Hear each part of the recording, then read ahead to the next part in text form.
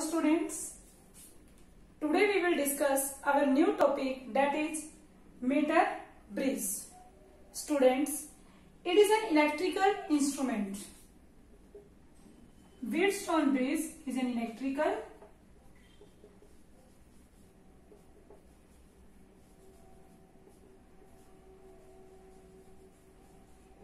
instrument. It is used to measure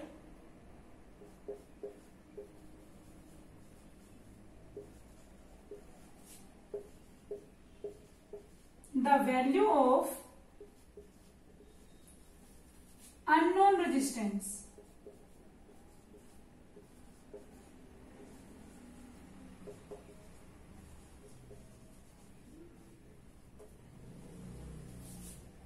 जो आपका metre bridge है वो क्या एक इलेक्ट्रिकल इंस्ट्रूमेंट है, जैसे आपका व्हीटस्टोन ब्रिज है, आगे आप पढ़ोगे potentiometer and many mores. Metre bridge आपका क्या करता है, it is used to find the value of unknown resistance. Another thing about metre bridge, it works on the principle of, और we can say it works on और it based on the concept of balanced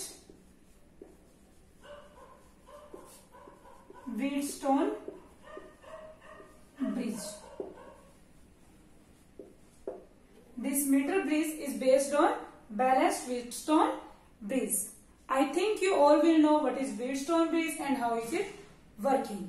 Let us discuss some small things. As you all know, अगर मेरे पास क्या है, कोई Wheatstone bridge है, ये क्या हुआ उसमें रेजिस्टेंस, ये भी एक resistance,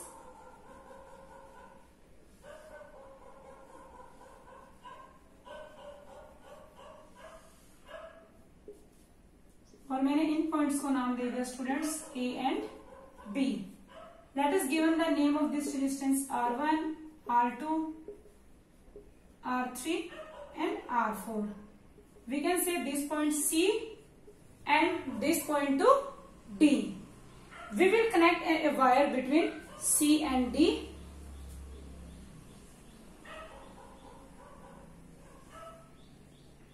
And galvanometer between them. मैंने क्या किया, C और D पॉइंट्स के बीच में एक वायर कनेक्ट कर दी और जिसमें एक गैल्वेनोमीटर लगा दिया. अब क्या होगा, आपका करंट फ्लो करेगा, but potential at C and D is same. We can say that here potential at C and D is same. So there is no current flow between C and D. As you all know, if there is no potential difference, current will not flow. अगर आपका क्या है, किन्हीं भी दो points के बीच में potential difference नहीं है, अगर पोटेंशियल डिफरेंस नहीं होगा तो वहां पे करंट क्या नहीं करेगा, फ्लो नहीं करेगा. आपको पता है कि करंट कब फ्लो करता है, करंट तभी फ्लो करेगा जब वहां पे क्या होगा, आपका कोई पोटेंशियल डिफरेंस होगा. अब यहाँ पे पोटेंशियल पॉइंट सी और पॉइंट डी पे क्या है, इक्वल है. तो अगर पोटेंशियल यहाँ दोनों पॉइंट्स पे सेम है तो यहाँ पे क्या है, सी डी आर्म के बीच में कोई भी करंट फ्लो नहीं करेगा. तो so we can say that R1 upon में R2 resistance equal to R3 upon में R4. This is balanced condition. ये क्या है, जब यहाँ पे C और D पोटेंशियल सेम होगा, यहाँ कोई करंट नहीं होगा, तो आपका गैल्वेनोमीटर क्या करेगा, कोई भी डिफ्लेक्शन शो नहीं करेगा. It shows zero deflection. तो ये क्या करेगा, जीरो डिफ्लेक्शन शो करेगा.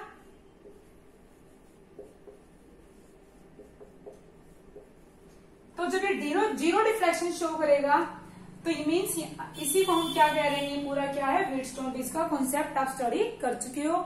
इसी को हम नल पॉइंट कॉन्सेप्ट भी कहते हैं कि ये आपका क्या हो गया, नल पॉइंट हो गया, जहां पर आपका करंट क्या है, यहाँ पर जीरो है. Okay, let us discuss construction of metre bridge.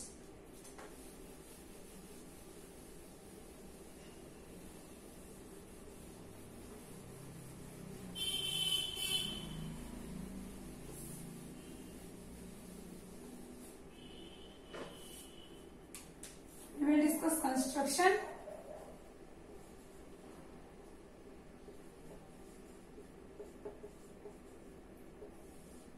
तो स्टूडेंट्स आप क्या करोगे, मीटर ब्रिज बनाने के लिए सबसे पहले 1 मीटर एक लॉन्ग वायर लोगे। मैंने क्या किया, 1 मीटर की एक लॉन्ग वायर ली।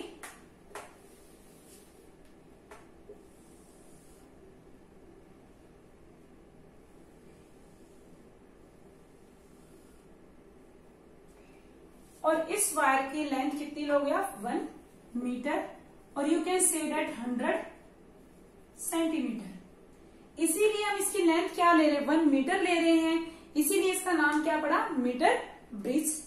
तो हम क्या करेंगे, इस वायर से 3 कॉपर की प्लेट्स को अटैच करेंगे। 3 कॉपर प्लेट्स को, मान लो मैंने एक प्लेट अटैच कर दी। This is our second plate and this one is our third plate. तो हम क्या करेंगे, 3 कॉपर्स की प्लेट, मेटलिक कोई भी प्लेट्स क्या करेंगे, यहां पर अटैच करेंगे। स्टूडेंट जो हमने प्लेट ली है ये हम क्या करेंगे, ऐसे में इनका पहली चीज, जो ये प्लेट्स है इनका एरिया ऑफ क्रॉस सेक्शन क्या होना चाहिए, हमेशा सेम होना चाहिए या इक्वल होना चाहिए।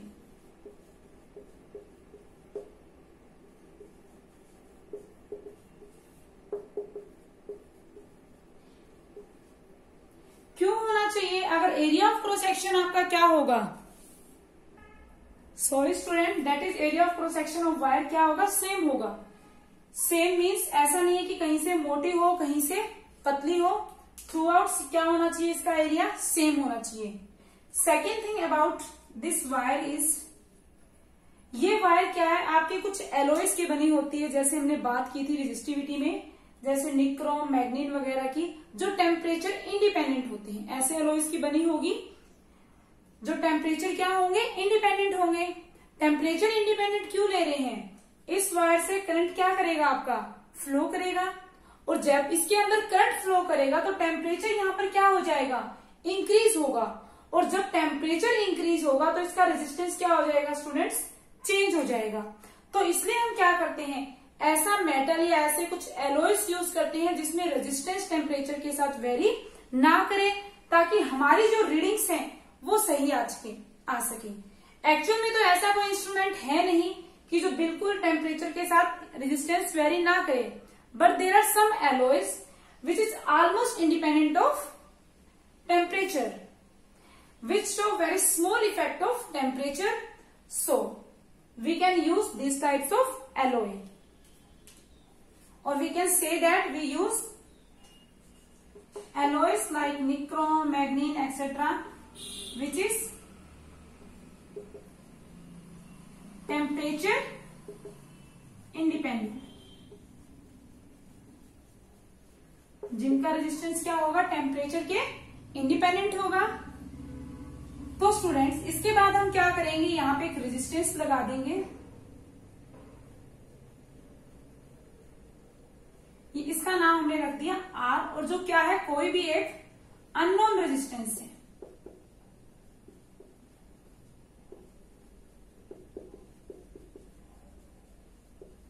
ओके स्टूडेंट्स, यहां पे हम क्या करेंगे, एक रेजिस्टेंस बॉक्स लगा देंगे,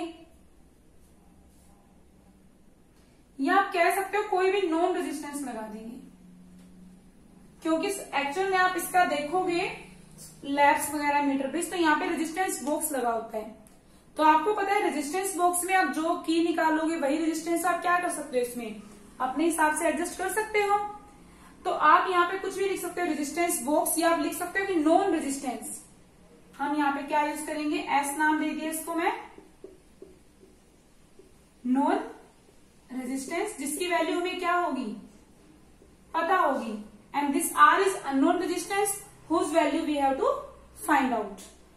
स्टूडेंट्स इसके बाद हम क्या करेंगे, यहां पर किसी भी पॉइंट हमने इस टर्मिनल को हमने ए मान लिया, और इस टर्मिनल को हमने क्या माना, बी, और इसकी पूरे की लेंथ क्या है स्टूडेंट्स, 1 मीटर, और इसके यहाँ पे एक मीटर स्केल लगा होता है, इस तरह से एक स्केल लगा होता है, मीटर स्केल।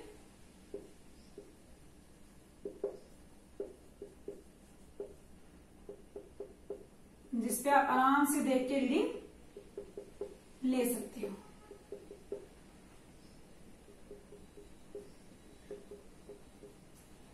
तो हम यहाँ पे क्या करेंगे, इसको हमने पॉइंट सी नाम दिया, इससे हम एक वायर अटैच करेंगे जिससे जोकी लगी होगी। जोकी क्या होती है, एक मेटल प्लेट होती है विथ शार्प एज।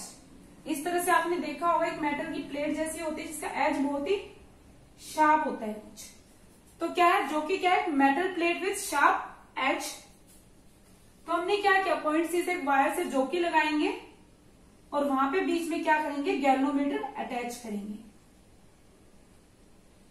जोकी।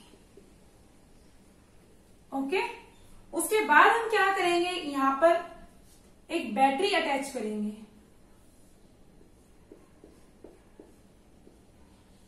और एक हमने क्या लगा दी, की। की क्या करेगी, जब क्लोज है तो करंट फ्लो करेगा पूरे सर्किट में, कंप्लीट सर्किट होगा। अगर की ओपन है तो क्या सर्किट कंप्लीट नहीं होगा, करंट पूरे में फ्लो नहीं करेगा। और हमने क्या लगा दी यहाँ पर, एक बैटरी एंड की। तो ये हमारा डायग्राम है। अब हमें करना क्या है, हम सबसे पहले क्या करेंगे, इस जोकी को हमने इस वे से एडजस्ट करना है, जो वायर है इसके ऊपर मूव करेंगे। मान लो मैंने जोकी को इस तरफ, इस साइड मूव किया और मूव करने पे गैल्वेनोमीटर ने सपोज डिफ्लेक्शन शो की इस साइड, हमने कुछ और मूव किया, डिफ्लेक्शन शो की। मैं जोकी को वायर के उस तरफ स्लाइड करूंगी, सपोज डिफ्लेक्शन शो कर रहा है। मुझे ऐसा पॉइंट ढूंढना है इस वायर पे जहां पे आपका गैल्वेनोमीटर है वो क्या करे, जीरो डिफ्लेक्शन शो करे। क्या करे स्टूडेंट्स, वहां पे जीरो डिफ्लेक्शन शो करे। मान लिया कि मुझे किसी पॉइंट डी पर ऐसा पॉइंट मिला जहां पे गैल्वेनोमीटर क्या शो कर रहा है, यू कैन से जीरो डिफ्लेक्शन और नो डिफ्लेक्शन। इस पॉइंट पर आपका गैल्वेनोमीटर कोई भी डिफ्लेक्शन शो नहीं कर रहा। तो अगर इस पॉइंट पर कोई भी डिफ्लेक्शन शो नहीं कर रहा, इसके अंदर कोई भी करंट फ्लो नहीं कर रहा। यह आपने किसमें पढ़ा था, व्हीटस्टोन ब्रिज के अंदर भी आप यही चीज पढ़ चुके हो। So students, no current will flow in branch CD। Let R ohm per centimetre with the resistance per unit length of wire. हमने माना कि R ओम पर सेंटीमीटर क्या है, रेजिस्टेंस है पर यूनिट लेंथ का। और इस पूरी वायर की लेंथ कितनी थी, 1 मीटर। एंड हमने जो पॉइंट ढूंढा है जहां पे क्या कर रहा है गैल्वेनोमीटर, जीरो डिफ्लेक्शन शो कर रहा है, वो हमने माना वो कितनी लेंथ पे है, किसी लेंथ L पे है। अगर ये लेंथ L पे है तो बची हुई लेंथ अगर मैं सेंटीमीटर में लूँ क्या हो जाएगा, 100 माइनस L हो जाएगी। तो students, resistance of branch AD कौन सी है, AD, दिस वन। तो रेजिस्टेंस क्या हो जाएगा, R with resistance per unit length. R क्या है, रेजिस्टेंस, और लेंथ कितनी है ये, L। तो रेजिस्टेंस ऑफ ब्रांच AD क्या है, RL। And resistance of branch DB, resistance of branch DB equal to 100 minus L into R। अभी हम क्या करेंगे, इसका एक व्हीटस्टोन ब्रिज बन रहा है ये, चलो आपको बना के देखते हैं।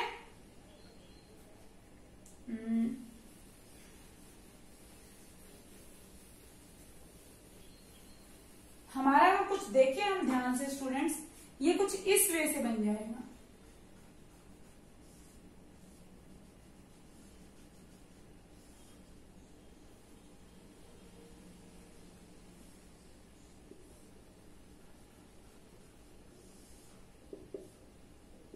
ये पॉइंट क्या है, A, B, C and D, और यहां पे बीच में क्या लगा था आपका गैल्वेनोमीटर।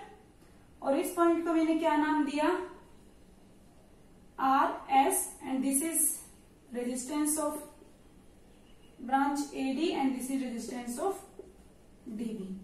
तो अगर यहाँ पे क्या है, जीरो करंट फ्लो कर रहा है, I equal to 0 in this branch, तो we can write as R upon में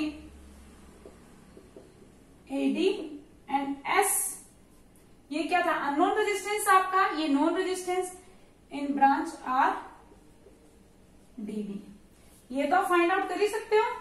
तो अगर हम सोल्व करेंगे R अपॉन में इसका रेजिस्टेंस कितना है RL, S अपॉन में dB का रेजिस्टेंस कितना है 100 माइनस L। हमें क्या निकालना है अननोन रेजिस्टेंस। तो हमारा अननोन रेजिस्टेंस क्या हो जाएगा R equal to S into RL upon में R 100 minus L। This will cancel out.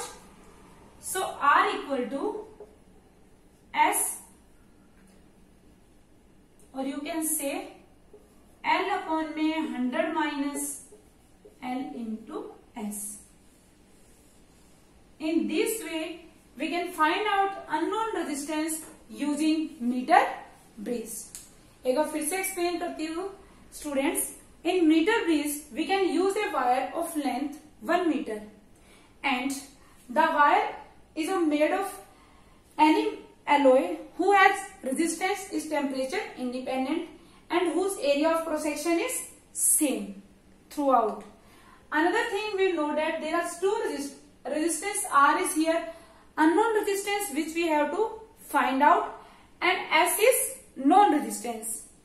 Then we will slide our jockey on the wire। We cannot say slide properly क्योंकि slide करेंगे तो उसका area of cross section क्या हो जाएगा घिस घिस के चेंज हो जाएगा। हम उसको उठाएंगे और रखेंगे, उठाएंगे और रखेंगे।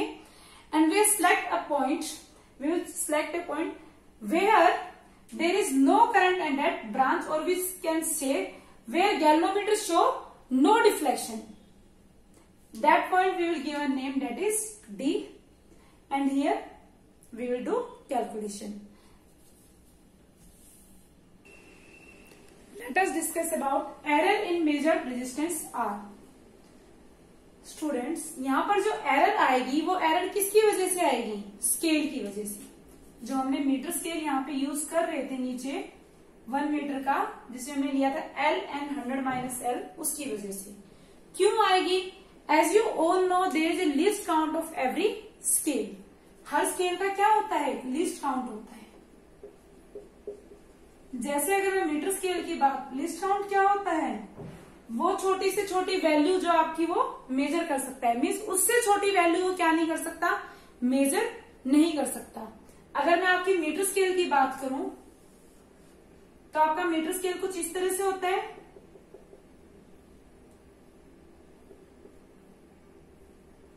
1, 2 and so on। तो इसमें आपका लिस्ट काउंट कितना होता है और छोटी से छोटी वैल्यू जो मेजर कर सकता है दिस वन मीन्स क्या है 1 जो number divided by total number of division in between. कितने डिवीजन है 10, तो कितना आया 0.1 सेंटीमीटर। मीन्स ये क्या है इसका लीस्ट काउंट है। इससे छोटी वैल्यू ये क्या नहीं कर सकता फाइंड आउट नहीं कर सकता। अब मान लो कि क्या है जो मैंने वैल्यू मेजर किया L जो मैं मेजर करूंगी वहां पर, तो L मान लो क्या हो सकता है मेरा 3.1 या तो ये मेजर करेगा या क्या मेजर करेगा 3.2 क्योंकि इसका लिस्ट काउंट के 0.1 है। लेकिन हो सकता है कि मेरी वैल्यू क्या आ रही है students 3.15। Is it possible yes. तो क्या हुआ जो ये लेंथ थी या जो वैल्यू मैंने मेजर की वो क्या है उसमें कुछ न कुछ एरर है। There is some mistake in this value.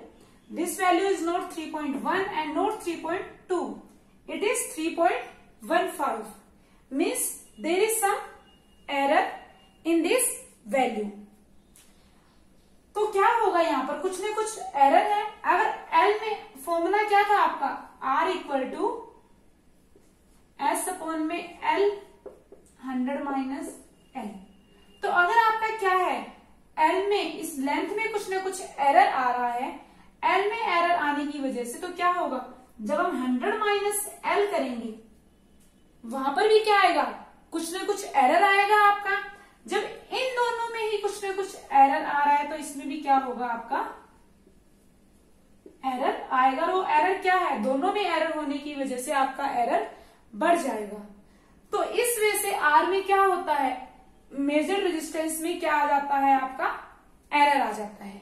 अब कितना एरर आ रहा है, हम उसके लिए क्या करेंगे, एरर एनालिसिस में आपने पढ़ा था 11th क्लास में, अगर कोई भी इस तरह के आपके पास वैल्यू है, आपने पढ़ा था y equal to a b upon में सी, तो आप कैसे निकालते थे, डेल्टा y अपॉन में y equal to delta a upon में a plus delta b upon में b plus delta c upon में c, यही करते थे। अगर मैं यही एरर एनालिसिस यहां पे अप्लाई करूं तो आपका क्या हो जाएगा, error in unknown resistance equal to delta r upon में r equal to delta s upon में s plus del l upon में l plus del 100 minus l upon में l। As you all know, this is known resistance, और इसकी value हम क्या कर रहे हैं, खुद फिक्स कर रहे हैं, खुद ले रहे हैं। मान लो मैंने रेजिस्टेंस बॉक्स से 5 ओम का निकाला, तो इसकी वैल्यू हम खुद सेट कर रहे हैं, मुझे पता है, तो इसमें हम एरर क्या मान लेते हैं, या क्या है, ऑलमोस्ट 0। तो आपका मैक्सिमम एरर इन रेजिस्टेंस क्या होगा, डेल्टा आर अपॉन में R equal to delta L upon में L plus del 100 minus L upon में L. This is maximum error in unknown resistance. Let us discuss some numerical problem based on this meter bridge. Students, this numerical is based on your meter bridge and you have to find the value of R, which is unknown resistance. So let us solve this numerical. First thing which you know about this is null point आपका कहाँ पे है, null point is located at 40 centimetre, क्योंकि whole कितने हैं आपके 100 centimetre, ये 0, ये 40 पे आपका नल पॉइंट मीन्स जहां पर कोई डिफ्लेक्शन शो नहीं कर रहा गैल्वेनोमीटर, तो ये आपका कितना हो गया 40 सेंटीमीटर एल था जो, और ये आपका बचा हुआ कितना हो गया 60 सेंटीमीटर। हमें क्या फाइंड आउट करना, unknown resistance R. First thing आपको क्या दिखाई दे रही है, जो एस है यहाँ पे एस की जगह क्या लगे हैं, 2 पैरेलल रेजिस्टेंस लगे हुए हैं, और हम इनका क्या निकाल लेंगे, इक्विवेलेंट रेजिस्टेंस। तो आपका इक्विवेलेंट क्या आ जाएगा 1/12 प्लस 1/4। आई थिंक सबको आता होगा, एलसीएम कितना हो गया इसका 12, 1 plus 3 equal to 4/12, it comes out to be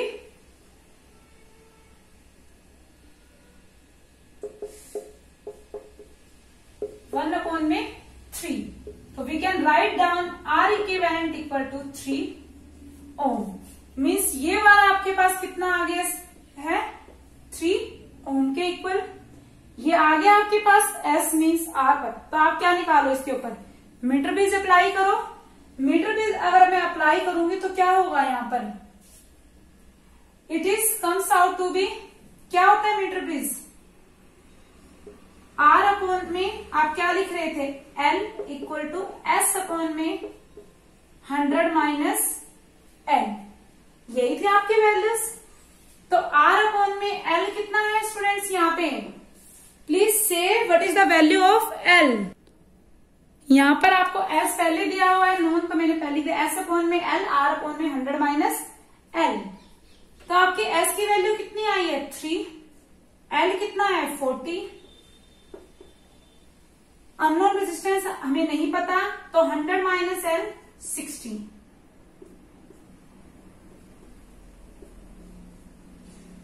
R कितना आ गया आपका, R equal to 9/2, it comes out to be 4.5 ohm.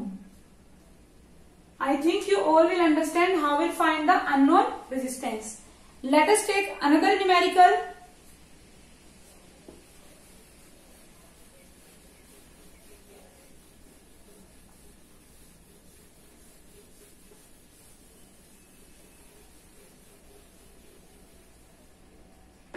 Numerical दिया हुआ है जिसमें कुछ इस तरह से सर्किट है।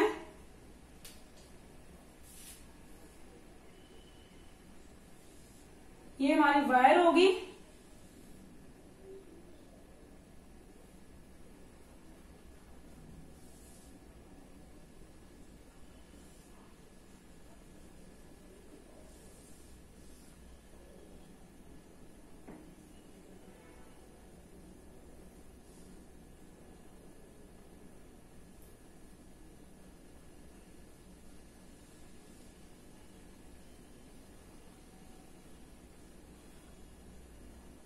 इस तरह से कुछ लगा हुआ है जिनका रेजिस्टेंस दिया हुआ 6 ओम, 2 ओम एंड 3 ओम। ये हमारा क्या है R एंड दिस इज 4 ओम। यहां से गैल्वेनोमीटर अटैच किया हुआ है G।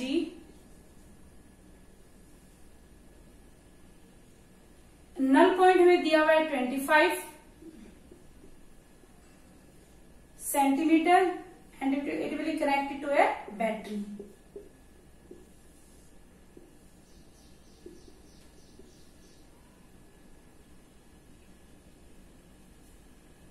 So we have to find R.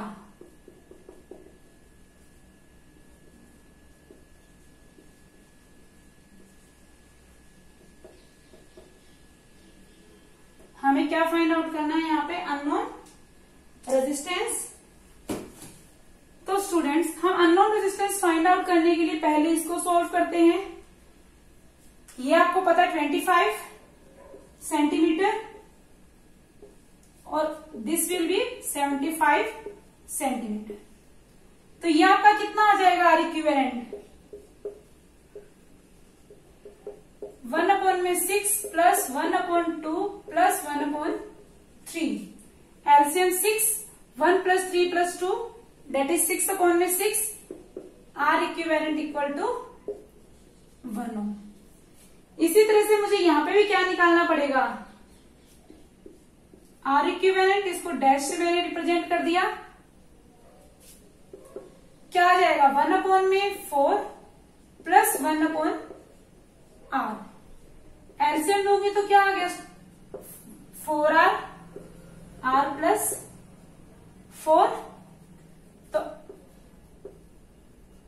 Dash कितना आ गया? 4r/r plus 4। यही आएगा आपका। Let us apply metre bridge. क्या होता है? दिस अपॉन में दिस क्या आ गया? इसकी वैल्यू 1/25 एल लेते हैं और r अपॉन में 100 माइनस एल ये आ रहा है। 4r अपॉन में r plus 4 equal to upon में 75। 25 3 जा क्या आ गया? 3 इक्वल टू 4r अपॉन में r प्लस 4।